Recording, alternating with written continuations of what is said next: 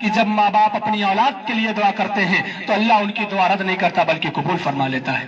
حضور کریم صلی اللہ علیہ وسلم نے فرمایا تمہارے باپ کی دعا تمہارے حق میں ایسی ہے جیسے نبی کی دعا امتی کے لیے ہوا کرتی ہے۔ جب ایک ماں اپنی اولاد کے لیے دعا کرتی ہے تو اللہ کا یہ عرش جنبش کرنے لگتا ہے، ڈگمگانے لگتا ہے۔ اللہ فرماتا ہے اے عرش رک جا، عرش فرماتا ہے کیسے رکوں؟ آج ایک ماں اپنی اولاد کے لیے دعا کر رہی ہے، جب تک تو اس کی دعا قبول نہ کرے گا میں ہلنا بند نہ کروں گا۔ قدرت کی طرف سے جواب آتا ہے تو نے ہلنا بعد میں شروع کیا، اس سے پہلے ہم نے اس کی دعا کو قبول فرما لی۔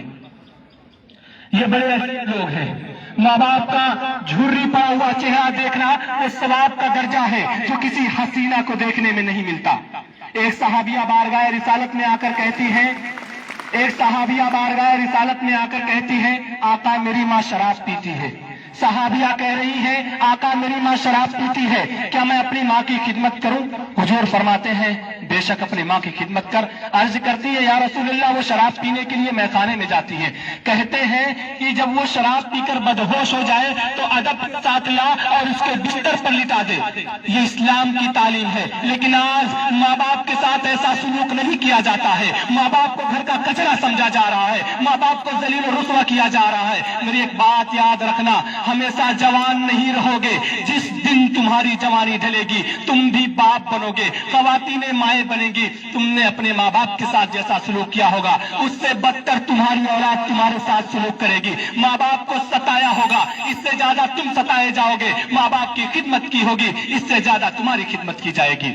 میری ایک بات یاد رکھنا، یہ چمکتے ہوئے چاند اور سورج جس دن قبر کی مٹی کے تلے دب جائیں گے، خدا کی قسم کھا کر کہہ رہا ہوں ترس جاؤ گے، کبھی ماں باپ کا چہرہ خواب میں بھی نظر نہیں آئے گا۔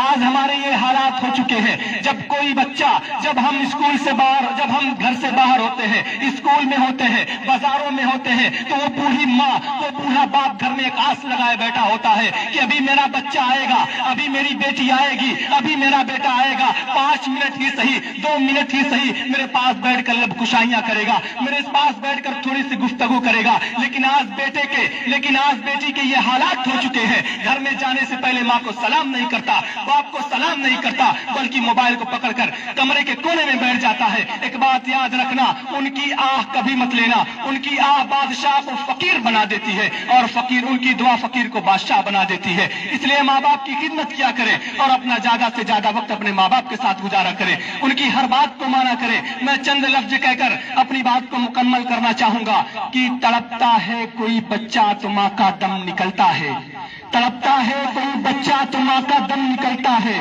مگر جب ماں تڑپتی ہے تو پھر زمزم نکلتا ہے۔ وآخر دعوانا الحمدللہ رب العالمین۔ السلام علیکم ورحمۃ اللہ وبرکاتہ۔